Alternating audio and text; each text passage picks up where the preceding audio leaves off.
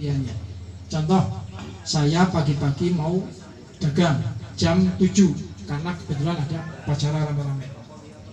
Itu hanya sebuah pilihan.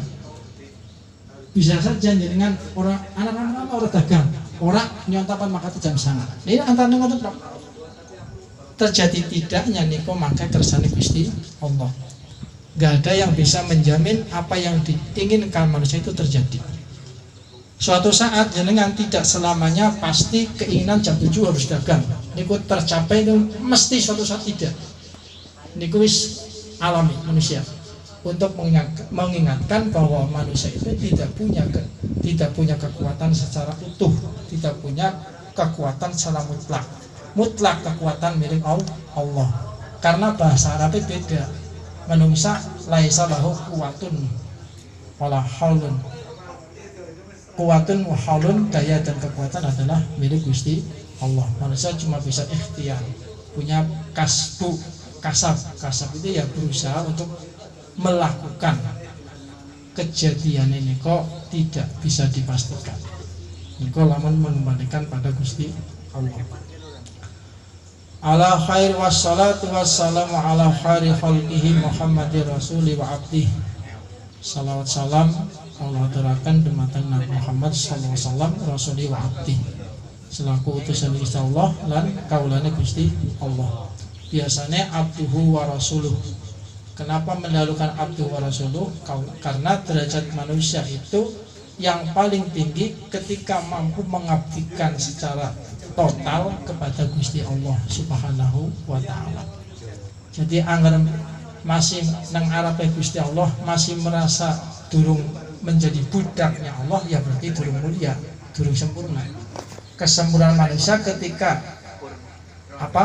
menghadap Allah merasa sebagai budak secara total. Dikongkon madhep ya madhep, kongkon sembayang ya sembayang, kongkon zakat ya zakat, kongkon haji ya haji. Niku maksudnya. Jadi tanpa ada protes.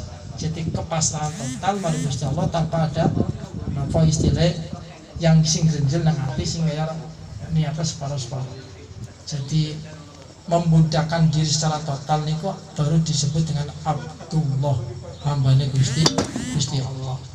Jadi ketika Allah perintah yus arane budak berarti kan siap dengan perintah majikan. Majikan kongkon mana? Langsung mana? Kalau budak orang kayaku mesti disambut, mesti dipendung pada bagian Gusti Allah. Jadi kenapa Nabi Muhammad mendahulukan abduhu wa rasuluh? Karena menyesuaikan derajat manusia itu yang paling tinggi adalah ketika dia mampu membudakkan diri di hadapan Allah secara total. Ari Rasulullah niku sifatnya murni dari Allah. Langkah manusia sing jaluk bisa mengejar jadi rasul. Sing ana maling ngaku-ngaku jadi rasul. Sing saiki awit zaman Rasulullah sama saiki sing ana mau ngaku dadi rasul. Tapi niku tertolak sebab Rasulullah niku khatamul anbiya wal mursalin. Pamungkasnya para nabi dan para rasul. Sehingga ketika Rasulullah sudah wafat, Rasul sudah tidak ada, tidak boleh ada satupun yang sah mengaku jadi rasul, jadi nabi. Sing samene bae masih akeh ana bae 10 tahun kemudian muncul wong ngaku nabi, 10 tahun kemudian wong ngaku jadi rasul, ketemu malaikat Jibril dapat wahyu. Padahal lamun kita yakin seorang bakal pengaruh, niku pasti goroh, niku pasti cerita bohong. Jadi karena tergantung kita.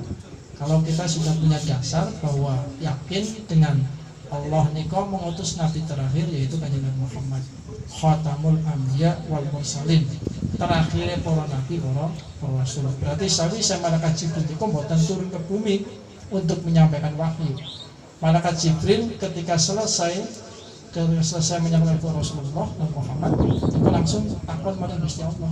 Nyong gawean apa Rasul sawise Nabi Muhammad sedo. Dan itu urusane karo Gusti Allah.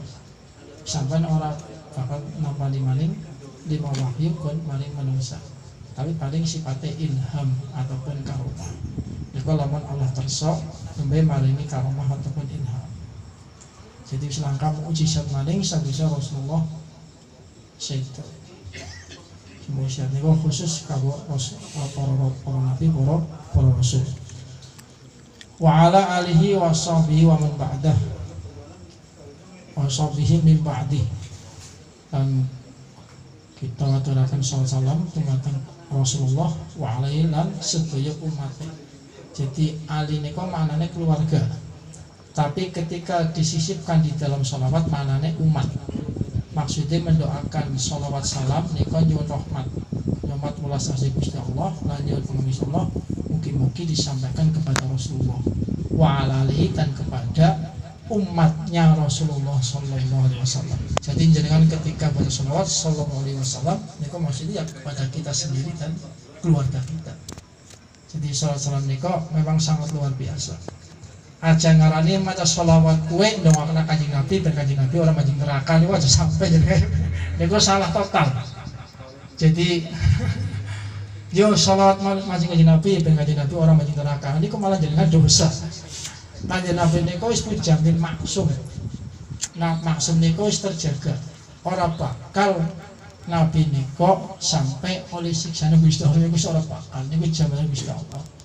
Bahkan Rasulullah niku wonten sakir sing ngarani bahwa salah satu di antara manakib Rasulullah niku kisah hidup. Jadi manakib niku riwayat hidup. Di antara niku Rasulullah ketika masih hidup laler ora gelem nemplok. Laler ora gelem nemplok ketika Rasulullah berjalan di siang hari. Matahari meskipun panas Rasulullah tetap teduh, adem. Sampai ademe langka bayang-bayang sing ngatokna bahwa Rasulullah lagi melampah. Niku termasuk mukjizat Rasulullah sallallahu alaihi wasallam. Niku nang dunia apa maning nang akhirat. Jadi seumami kita sholawat yang dongane maksudnya doa sing kembali maring kita dewek karo maring sedulur lan maring tetangga sedaya umat Islam niku maksudipun sholawat. Tapi di antara khasiate salat niku ndadosaken kita gampang sedaya. Jadi anggar panjenengan lagi gadah problem sing paling angel ora sapirang-pirang kandha maring tangga maring sedulur, ora usah. Nyakal tasbih sholawat. Solusine sing mahi Gusti Allah. Jadi tidak harus bentuknya apa angsal karomah juk ketemu di Jakarta. Jadi kadang prosesnya niku hidayah. Wong kadung petang niku mboten saged mikir. Bahkan si muncul niku pikiran kotor ataupun pikiran jelek. Tapi ketika salah satu caranya dengan melakukan sholawat, ati padang, hidayah angsal, padang ketemu dalan. Di antara adalah jembare pikiran. Sehingga lamun ana wong sampai stres gara-gara problem niku karena kurang sholawatan. Ya terus orang pernah ibadah. Akhirnya hatinya petang. Niku termasuk. Sehingga ya wong kadang anak sakale kuliah tapi balik-balik stres karena tidak mampu menggali ilmu di saat kuliah. Tapi orang duwe bekal agama. Kalau gak ada rencana kata pirang-pirang yang sampai stres, sampai saiki stresnya. Wong tuane wong mampu, kemampuan biasa taruh di tempat perguruan sing favorit, kan jelas tidak mendukung. Stres, basic agamanya nol. Gara-gara ini karena tidak mengukur kemampuan, tur orang dua basic singgung ngadem-ngademi hati. Jadi manungsa niko ketika murni dihadapkan dengan persoalan duniawi niku panas niku akhirnya muncul peteng pikiran peteng hati. Anggar orang diimbangi karo ibadah sholat 5 waktu, zikiran, sholawatan. Kulo yakin lamun orang stres tanya separuh stres niku otak dijak obrol nyambung tapi perilakunya orang nyambung, kelakuan orang nyambung, gaweane ngrusak tangga, ngrusak sedulur. Niku stres separuh niku temenan. Diajak ngobrol nyambung tapi gaweane ngrusak sedulur, rusak tangga, rusak wong liya. Senenge ganggu karo tangga, karo wong liya. Niku termasuk stres separuh. Aja dianggap wong wong waras. Niku gangguane manungsa. Amma ba'du fa'alam ayyul harisul muqtidu ala iktibasil ilmil mudhir min nafsihi syidqal ruhbati wa farqat ta'atusi ilai annaka ikunta taksidu bitalabil ilmil munafasah wal mubahah wa taqatum al aqran wa istimalati wujuhin nas ilaika wajam khitamid dunya fa anta sa'in bi hadlidinika wa ahlika wa ahlika nafsika wa bai'u akhlaqika bi dunya. Memiliki Imam Ghazali ngawali bahwa fa'alam ayul haris al-muqbil al-mustafa al-mustahid wong-wong sing napa berkeinginan untuk iktibasil ilmi golati ilmu. Jadi Imam Ghazali ngelingna bahwa wong sing golati ilmu al-mudhib nafsi sidqar ruhbah, tapi min nafsihi sidqar ruhbati wa furtu ta'atusi. Sumpama ana wong goleti ilmu ngaji ya, tapi tujuane al-mudhiru min nafsihi sidqar ruhbati al-iqbal wa furtu ta'atusi sidatul istiyaq ilaihi, hanya mung karena madhep maring ilmu terus ngatokna senenge maring ilmu. Mungkana anaka ing pun tatak situ bitawi ilmu munafasah.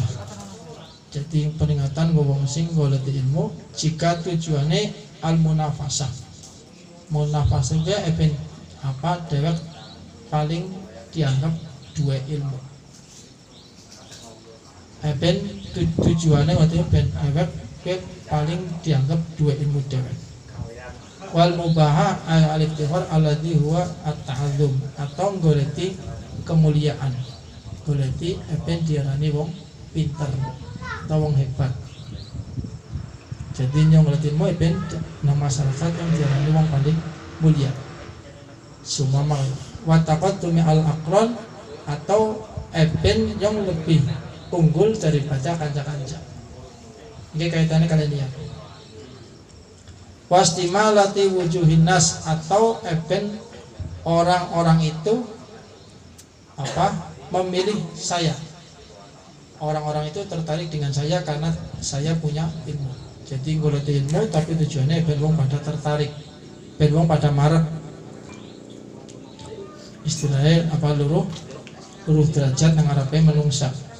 Wajamul khitam itunya, atau tujuan luruh ilmu ingin menghasilkan kekayaan. Jadi eben yang dadi wong sugih, akhirnya yang tentang luruh ilmu keteng napa keteng luruh ilmu, keteng luruh pengetahuan, keteng luruh wawasan. Eben yang dadi wong sugih. Nah semua ana contoh kaya kuwe. Niki tamriki mawsali ngarani fa anta sa'in fi hadli dinika wa ihlaki nafsika. Maka ketika ana wong ngaji, ana wong goleti ilmu, orang terdidik, tapi tujuannya kaya mau kowe digolongna wong sing lagi rusak agamane wa ihlaki nafsika, lan lagi rusak awak dhewe. Angger tujuannya kaya kowe berarti lagi menghancurkan agama.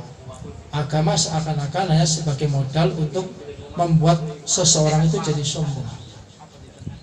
Angger goleti ilmu, belajar ngaji, sekolah, saka sendiri-liyane sepenting goleti ilmu, tujuannya hanya sebatas kue mau Ghazali ngarani wong kue diarani menghancurkan agamanya.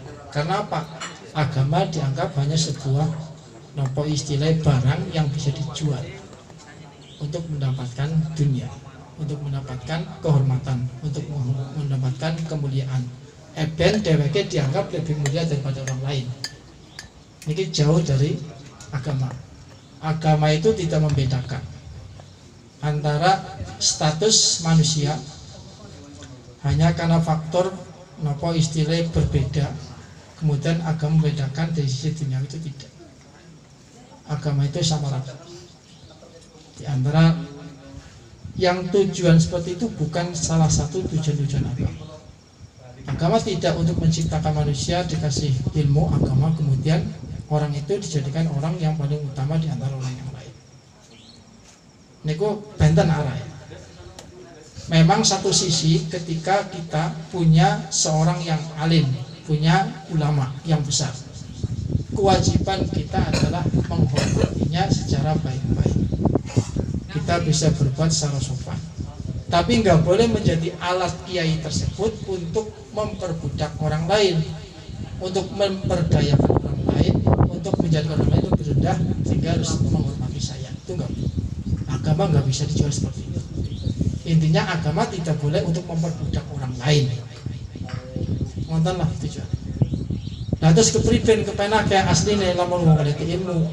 Mesti kan kayak justru ketika niat ngaji tapi tujuannya kayak kue malah menghancurkan dirinya sendiri. Sebab salah. Ari pengen oleh duit akeh, layu mari pasar dagang, genah transaksi muamalah yang sah. Tapi ari ngaji kemudian tujuannya adalah untuk mencari keuntungan duniawi. Contoh gampang baiklah, eben dibayar gede karena ilmunya gede. Dan ini termasuk salah satu penyakit yang justru malah merusak agama. Angger seumpama pandangan masyarakat ngundang kiai kudu bayar sekian, nyong yakin agama hancur. Lah jenengan ora dadi pernah ngundang kiai berarti. Sing ora dadi sing kere-kere berarti ora bisa ngaji. Anaknya tetap bodoh. Kan naudzubillah. Jadi komersialisasi agama tidak boleh dalam bentuk apa. Niku maksudnya Mas. Niki seumpama tujuan saking wong sing ngaji niku. Niku godaane wong sing godaane wong sing gada ilmu. Jadi niat lur ilmu ni aku ditatani, ketika dua ilmu juga ditatani. Yang jelas agama mempermudah dan harus membuka pintu selebar-lebarnya bagi orang siapa saja yang ingin bisa ngaji, ingin bisa ibadah, ingin hidup baik, ingin punya akhlak baik, ingin punya hati yang baik. Niku 100% tidak boleh terhalang hanya karena faktor tidak punya uang. Jadi seumpama ada pendidikan sih membatasi. Kayak pondok pesantren khusus wong pinter, khusus wong sugih, tutup ya pondok. Oh tutup. Ya silakan, tapi harus ada penyekatan. Silakan kalau membatasi, tapi ya orang tidak mampu boleh masuk, meskipun di lapis yang kedua. Tapi tidak boleh dihalang-halangi. Kue pada baik anak wong pengin taubat, tapi malah orang ditobat. Jadi ketika wis anak kepengen bin mondok, pengen pesantren, pengen terdidik, wis boleh dikasih jalan seluas-luasnya. Ada sampai mana karena faktor orang berduit. Bab harga termahal manusia itu ketika dia sudah sadar pengen terdidik, niku harga termahal. Insya Allah ketika orang terdidik, pan usaha tidak kepikiran dengan cara-cara seperti mesti usaha dengan cara karena terdidik. Karena ngaji, karena ngerti ilmu, karena duwe dasar. Tapi lawang sing ora pernah duwe kaya kiye, yang yakin dagang mesti suatu saat ketika kepepet ganing dagang ora payu-payu. Sing dikhawatiri mlajune maring Gunung Kawi. Nah, itu. Kenapa nyong ngomong iki nyong sebab pirang-pirang. Nyong ke mulai wong edan sampai waras kenal. Duwe bala maksudnya. Kok sampai bahkan wong pernah pesantren kok dua ketika sangat kepepet momen. Bisa nih nyong rezekinya kayak gini, maning-maning bangkrut, maning-maning bangkrut, layu Gunung Kawi. Niki kula cerita SD niki, leres cerita ini, asli resan kula. Cuma mungkin karena mantan santri, ketika pantauan saksi, krungu adzan, niku langsung jerit balik ke Banten teman Gunung Kawi niku. Mau sing tak pernah. Mungkin masih karena mungkin dulu pernah pesantren, pernah nopo istilah sering baca sholawat, niku nopo pernah rutin dalail khairat 6 tahun. Jadi karena nopo selama nikah 3 tahun bangkrut terus sampai rumah kejual, pikiran tetap melaku tanpa arah. Ketemune wong notok namanya Gunung Kawi. Ini boleh cerita nih. Pas transaksi terakhir sampai belum temenan apa namanya? Kalau cerita menjadi aja niru maksudnya. Jangan petang lahir aja mana maksudnya. Wah temenan anak korban, anak atau bojo, anak. Ketika pantaran tangan terakhir, kumu ada. Niku luar biasa. Niku hidayah, niku ada niku. Niku langsung layu, langsung malah balik mana dari santri mana. Alhamdulillah niku. Niku kulo mireng saking piyambak. Jadi kulo wis naudzubillah, sampeyan bisa kaya aku naudzubillah. Jadi tetap kita jagalah apapun istilah sesusah apapun urip aja sampai kepikiran musyrik ngono.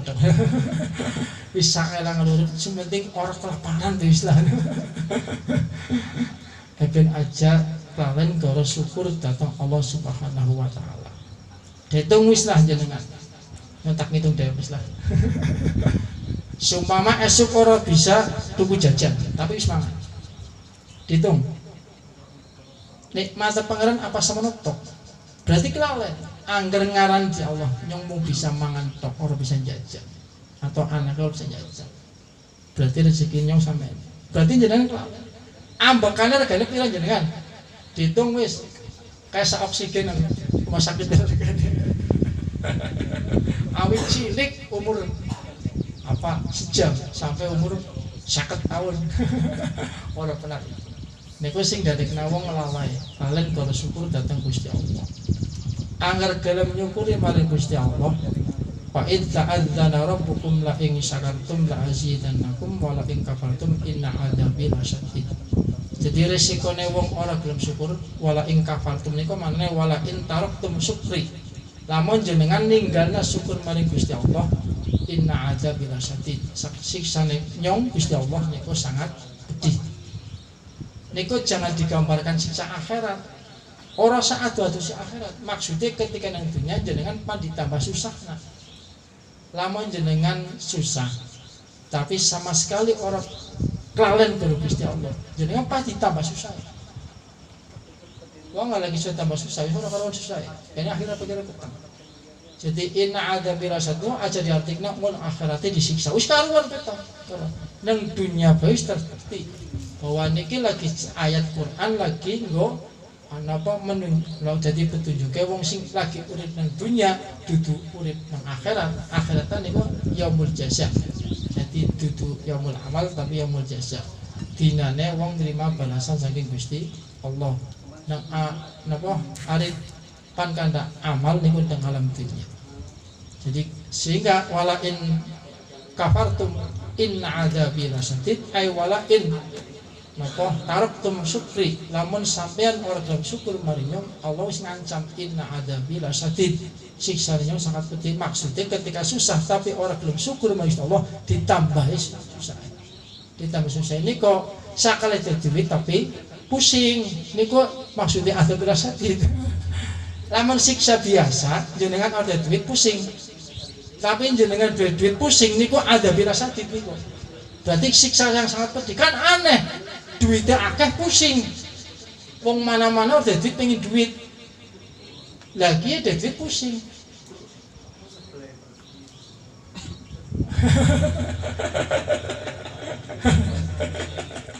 Ayo Pak. Pas itu berarti menikmati berarti mensyukuri. Itu orang bayaran pribadi wong duit tapi pusing. Bob duitnya ini utang, gue nyaur ada pepak. Duitnya akeh. Penghasilan 1 bulan 10 juta. Sementara yang harus dibayar ke bank 11 juta. Pusing lah. Nyakul duit pusing. Itu contohnya. Si gampang kok harus aduh. Aneh. 10 juta kok pusing. Wong ora dadi pengen duit. Pusing wajar. Karena nggak nangkep. Lagi di 10 juta masih pusing. Balik kapan ini kenang apa sih? Bulanannya 11 juta. Kurang 1 juta. Ya kita berarti wajar berarti. Ngutak berarti. Pikir. Lanjut. Wa muallimuka. Bahkan jadi memiliki tengah-tengah fa'ina sahid. Kama qala Rasulullah sallallahu alaihi wasallam. Man a'ana ala masyatin walau bisatri kalimatin lau ufin min uqtul kana syarikan lahu fiha. Jadi niki wa fil hadis talabul ilmi faridatun ala kulli muslimin wa diul ilmi inda hari ahli kamuqallidil khanazir wal jawahir. Jadi teng sarai nika niki gadai Imam Nawawi Al-Bantani. Jadi niki kitab kalih setunggal kitab matan setunggale salah. Matan niku berarti napa istilah kitab pertama kemudian dijelaskan kayak Al-Quran karo tafsir. Jadi awadan Al-Quran wadan tafsir Al-Quran. Dan niki wonten matan niku berarti Qur'ane datangan niku namanya salah sing jelasna sing nafsi. Sing nafsi itu mriki niku Imam Nawawi. Kiai Nawawi aslinya Banten, Pak. Banten cuma sayyidone teng Mekah. Sebab mondok teng Mekah dadi mufti Mekah. Mufti niku ahli hukum. Niku anggal teng negara Islam wonten jabatan mufti. Atau mriki ya hakim. Tapi teng pengadilan agama. Tapi teng kejaksaan agung tak bagian agama. Namanya mufti. Niku juru hukum, bagian hukum. Tapi hukum napa niku ngawane madhab. Mufti Imam Syafi'i pada zaman semono teng Mekah. Teng dimakamkan di teng Mekah. Juga termasuk keturunannya Sultan Hasanuddin. Hasanuddin putrane Sunan Gunung Jati. Jadi dia masih keturunan Wali Songo. Iku napa Syekh Nawawi Al-Bantani. Nek wong Jawa kitabe diwaca nang Arab.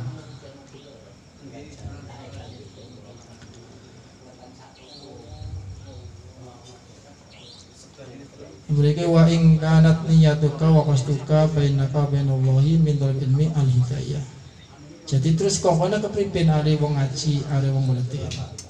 Are wong ngerti ilmu nika tujuan niate nika min talab ilmi al-hidayah, goleti hidayah. Apa maksudnya hidayah? Bi antanwin bi tahsilil izalatil jahli an nafsika. Jadi maksudnya hidayah niat goleti ilmu epen li izalatil jahli ngilangi kebodohane awake dhewe. Tujuane epen nyongke paham ngerti ilmu agama, ngerti syariat, ngerti ilmu. Bab wong nika paling mulia nika wong sing duwe ilmu. Jadi maksudnya napa yarfa'illahu alladziina amanu wal ladziina utul ilma darajat. Allah nika jadi sing ngangkat kemuliaan wong sing duwe ilmu niku dudu menungsa. Tapi Gusti Allah kelawan ayat yarfa'illahu alladziina amanu wal ladziina utul ilma. Wong sing pangti angkat derajat Gusti Allah nika wong sing duwe iman tur dimahi ilmu karo Gusti Allah. Maksudnya wong sing goleti ilmu. Jadi sing ngangkat kemuliaan derajat wong sing duwe ilmu nika Gusti Allah. Jadi orang perlu seumpama jenengan wong alim, orang perlu woro-woro. Wahai masyarakat, wahai umat saya, muliakan saya. Ora perlu, ora kanggo. Sebab sing ngangkat nika Gusti Allah. Berarti anak-anak seumpama mubalih jaluke dimulyakna, ya berarti orang percaya karo ayat Gusti Allah. Berarti orang percaya diri atau ilmune palsu. Karena orang percaya karo ayat Allah. Sing bakal ngangkat derajate wong mukmin sing duwe ilmu nika Gusti Allah. Niku ayatnya jelas yarfa'illahu alladziina amanu wal ladziina utul ilma. Waladziina wong akeh utu kang den paringi sapa alladzina al ilma ing ilmu. Darajatin ing pira derajat ngangkat sapa Allah ing pira derajat. Derajat manungsa sing percaya iman karo Gusti Allah tur duwe ilmu nika derajat-derajatnya pan diangkat muliane karo Gusti Allah. Wis niat wis luar biasa. Sehingga orang perlu anak istilah komersialisasi agama, komersialisasi ulama, komersialisasi ustad. Orang perlu ustad mangkat jenengan mangkat mesti mriki. Ustadnya takon sejapira. 20.000 moh nyong jaluke 20.000. Oh, oke, berarti kayak dosen. Dosen kalau masalah macam kayak aku. Ustad ilmunya orang kayak aku. Kalau Ustad itu percaya yakin yarfa'illahu alladziina amanu wal ladziina utul ilma darajat. Tujuannya niku asal hidayah. Prakteknya kepriben prosesnya bi amat tahir isati jahdi anil nafsika. Hidayah niku prosesnya adalah berarti mampu menghilangkan kebodohan pada awake dhewe. Wa an sail juhal. Kalau dia sudah mampu memiliki ilmu maka akan mampu menghilangkan kebodohan orang lain. Kalau sudah kita pernah mengaji, kemudian paling setidak-tidaknya kita mampu memberikan ilmu yang pernah kita ngaji kepada anak. Itu minimal. Wa an sail juhal, minimal kita bisa menularkan ilmu kita kepada anak keturunan kita. Contohnya apa? Kewajiban anak harus dapat pendidikan pertama 7 tahun adalah belajar nonton wong tuane sholat. Jadi usia 7 tahun anak itu harus mulai dituntun sholat. Maksudnya jagongna bapaknya sembahyang, kesing arah sembahyang. Senajan orang bisa mengikuti gerakannya wong tuane. Pokoknya dijagongna, paya adan jagongna. Gong, ke bapak pan sembahyang. Mau mesti ngintili dia nemburine. Bapaknya ruku melu ruku, bapaknya sujud melu sujud. Padahal tahiyat. Bahkan amin melu amin rosaman amin. Di rosa sing bapaknya. Niko contoh kecil. Ini termasuk izalatul jahli anafsika wa ansairil juhal. Jadi mampu menghilangkan kebodohan dirinya dan juga kebodohan orang lain. Orang lain aja ditafsir wong ado wis lah anak gedhe bae. Atau seumpama bojone. Atau bojone berarti lanange. Kita gambarkan orang ado-ado, orang berpikir ado-ado wis. Paling tidak kita mampu menularkan ilmu yang pernah kita paham, yang pernah kita ngaji untuk kita sendiri. Pertama, kalau kita sudah paham betul, kita mampu berikan pada anak atau istri atau orang tua. Akeh wong tua kadang ketulungan anaknya gelem ngaji, gelem sekolah, gelem terdidik, anaknya masih bodoh. Wong tua sing bijak takon anak tong nyong kayane lama sebenarnya bener apa. Ora saya sini sih daripada durung bener keburu mati. Pumpung anaknya jadi wong. Wis itu sangat luar biasa nih. Masuk berarti anaknya manfaat. Wa ansail juhal wa ihya'idin wa ibqa'il islami fil ilmi wa daril akhirah wa ridallahi wa tanmi bidzalika asyukri ala ni'matil aqli. Termasuk juga niatnya agar agama itu tetap berjalan tapi di atas ilmu. Jadi ada sampai agama berjalan tapi membuang ilmu. Istilah wis ngawur. Orang berbicara agama tapi ngawur. Maksudnya tidak punya landasan yang tepat. Quran macane petak tetuk kaneken ari maca terjemah sampai nyalah-nyalahna wong sing hafal Quran. Kan aneh. Orang bisa maca Quran tapi ketika menyalahkan orang lain kaya-kaya dheweke paling pinter padahal maca terjemah. Tak warai terjemahnya kok pokoknya salah akan. Jadi terjemah Al-Quran itu salah. Sebab Al-Quran tidak boleh terjemahkan tapi harus ditafsirkan. Jadi lamun jenengan seumpama penasaran pengen maca terjemah Al-Quran, wis mulai saiki suka madhep bae.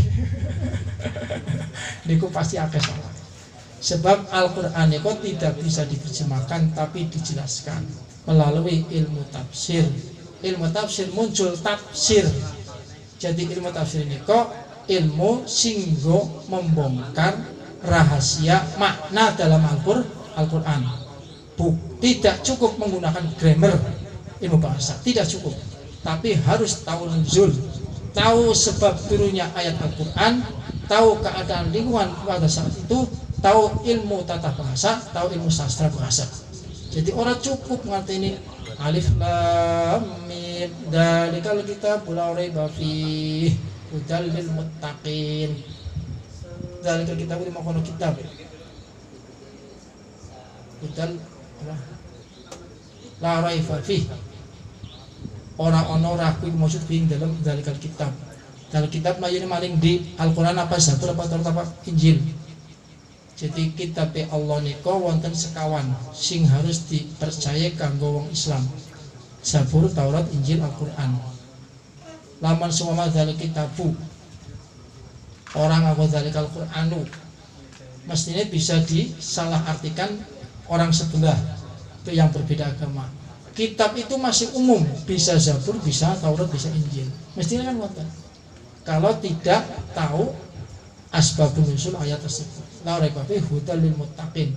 Sebagai petunjuk orang bertakwa. Ngapain orang bertakwa dikasih petunjuk? Ibaratnya dengan wong mlaku mripate masih padang. Weruh dalan. Padang. Ana wong teka, sampai tak tuntun, sampai tersinggung apa ora? Hapan ngece, nyongke matanya masih jelas. Nah apa jadi dituntun? Masih kan ngece. Orang bertakwa itu orang yang sudah jelas jalan kehidupannya.